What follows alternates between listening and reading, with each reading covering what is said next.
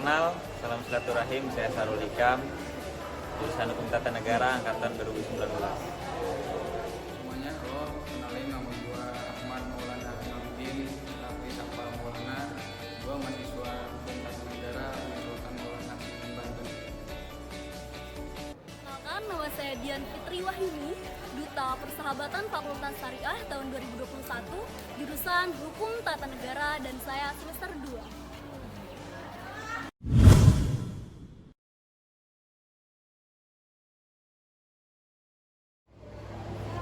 Apa yang sudah saya dapati sebagai mahasiswa Hukum Tata Negara di SMA Banten tentu banyak. Kalau yang saya dapati dari perkuliahan di kelas mungkin nggak maksimal ya, karena kita beberapa tahun kemarin COVID. Tapi sebagai mahasiswa Hukum Tata Negara UIN dengan lingkungan mahasiswa Hukum Tata Negara, banyak kawan-kawan saya dengan jiwa kehatenannya begitu, mereka pandai menganalisis suatu persoalan problematika sosial yang ada di masyarakat dan sebagainya, sehingga saya dapati wawasan saya bertambah, pengetahuan saya bertambah melalui diskusi-diskusi ringan antara sama mahasiswa Hukum Tata Negara maupun antar sama teman, baik itu di organisasi dan lain sebagainya. Kalau bagaimana mahasiswa hukum itu bersikap, saya kira untuk saat ini kita sebagai mahasiswa hukum harus berkomitmen mengkampanyekan supremasi hukum. Karena sama-sama kita ketahui ya, pasal 1 ayat 3 Undang-Undang Dasar 1945 mengatakan bahwa Indonesia adalah negara hukum, dan founding father kita, pendiri bangsa kita, dan terlebih kita sebagai mahasiswa hukum harus sama-sama menjaga komitmen itu. Apa sih supremasi hukum itu kan? Mungkin kawan-kawan juga tahu lah. Namun secara sederhana, Profesor Cipto Harjo mengatakan bahwa supremasi hukum itu ketika kita menempatkan hukum di posisi setinggi-tingginya begitu. Jadi secara sederhananya, supremasi hukum di negara ini adalah ketika segala macam persoalan kenegaraan, berkehidupan, bersosial dan sebagainya ini harus berdasarkan hukum, dan hukum harus terlepas dari intervensi politik, intervensi kepentingan dan lain sebagainya. Itu yang harus kita kampanyekan sebagai mahasiswa hukum tata negara, khususnya sebagai mahasiswa hukum pada umumnya.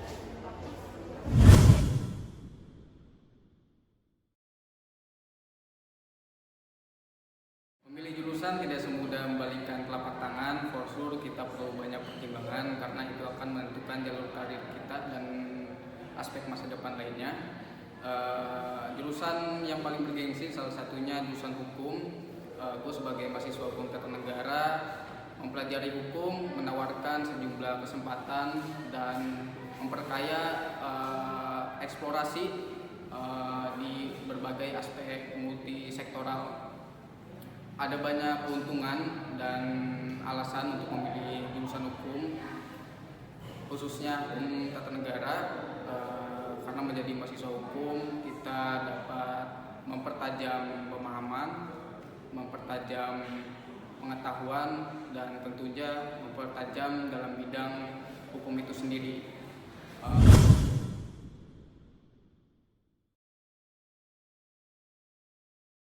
Ya, baik, terkait pertanyaan tadi, saya akan menjawab apakah seorang introvert itu bisa mengambil jurusan hukum tata negara? Ya, jelas bisa. Karena jurusan hukum tata negara ini tidak membatasi untuk seseorang bisa mengambilnya atau tidak. Menurut saya sih bisa saja. Namun dari kita dan seseorang yang introvert itu harus sering berlatih dalam berinteraksi dan komunikasi. Karena komunikasi kita dengan orang lain itu harus, dan jurusan hukum tata negara ini memang melatih dari segi percaya diri. Jadi untuk seseorang yang introvert itu harus lebih sering berlatih dalam segi berinteraksi sehingga komunikasi kita akan tetap baik-baik saja.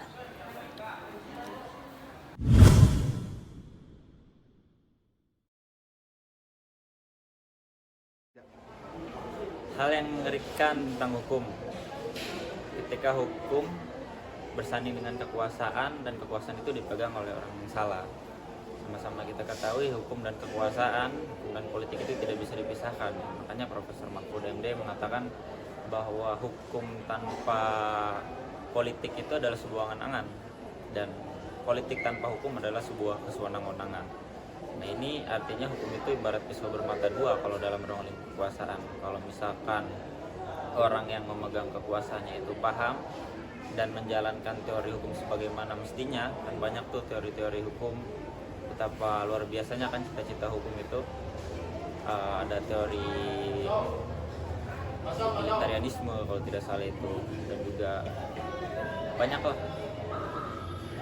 Kalau misalkan hukum itu dijalankan sebagaimana teorinya, tentu ini akan membawa kemanfaatan bagi masyarakat. Tapi kalau misalkan hukum ini kemudian dijalankan oleh penguasa, tapi dengan ambisinya, dengan segala kepentingannya, hukum hanya dijadikan alat untuk mengamankan kepentingannya dan kepentingan golongannya. Ini yang dikhawatirkan.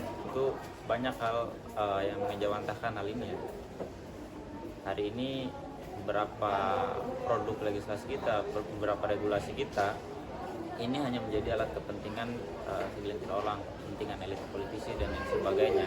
Padahal kalau hukum itu berjalan sebagaimana mestinya, kita tahu juga dalam teori hukum itu ada istilah Stephen Bow teori, Hans Kelsen itu. Dia mengatakan bahwa norma hukum itu berjenjang, dan norma hukum paling tinggi itu adalah Grundnorm, norma dasar, yang dalam hal ini kemudian direpresentasikan oleh Undang-Undang Nomor 11 Tahun 2012 atau Undang-Undang Nomor 12 Tahun 2011 itu, di mana undang-undang tertinggi itu secara hierarki adalah Undang-Undang Dasar 1945 atau ini yang kita sebut dengan Grundnorm. Dan dalam Undang-Undang Dasar kita itu alinea keempat itu mengatakan tentang kesejahteraan rakyat atau welfare state.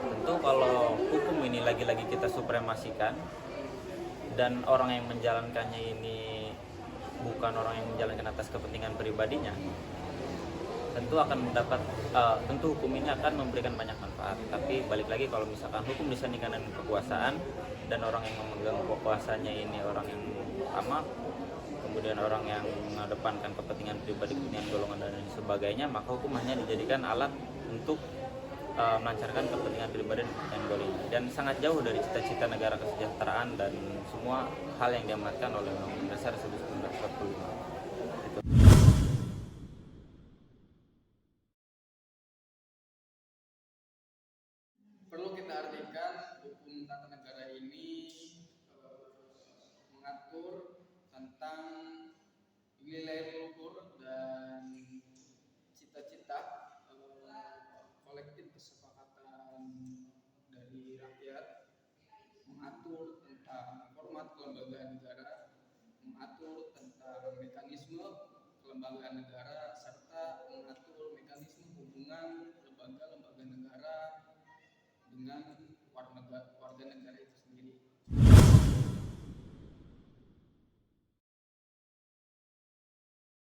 Ya, jadi terkait pertanyaan apa saja nih kekurangan dan kelebihan dari jurusan hukum tata negara? Ya, menurut saya pribadi sih, kelebihannya itu menjadikan seseorang lebih berwawasan luas dalam segi pengetahuan kenegaraan. Dan ia mengerti arti kerjasama, seseorang itu menjadi lugas dan percaya diri. Jadi memang bukan sekedar prodi hukum tata negara ini bukan sekedar menguasai akan materi, tapi kita diimplementasikan terhadap diri sendiri bagaimana nih menjadi seseorang yang leader dalam segi kepemimpinan gitu. Jadi memang jurusan hukum tata negara ini lebih mengacu kepada diri sendiri dan untuk kenegaraan. Dan terkait kekurangan, jelas setiap ada kelebihan pasti ada kekurangan. Jadi kekurangannya banyaknya minat di jurusan hukum tata negara, namun dari mereka sedikit yang memang menjadi seseorang gitu. Jadi dilihat dari apa nih kekurangannya itu. Jadi untuk kita yang memang mengambil jurusan hukum tata negara, bukan sekedar ya belajar berproses, bukan itu saja. Karena memang kita harus dilatih di dalam ruang lingkup kampus, organisasi. Nah, jadi untuk jurusan hukum tata negara ini lebih mengacu pada pengembangan diri, lebih mengacu pada pendalaman materi. Itu saja sekian dari saya.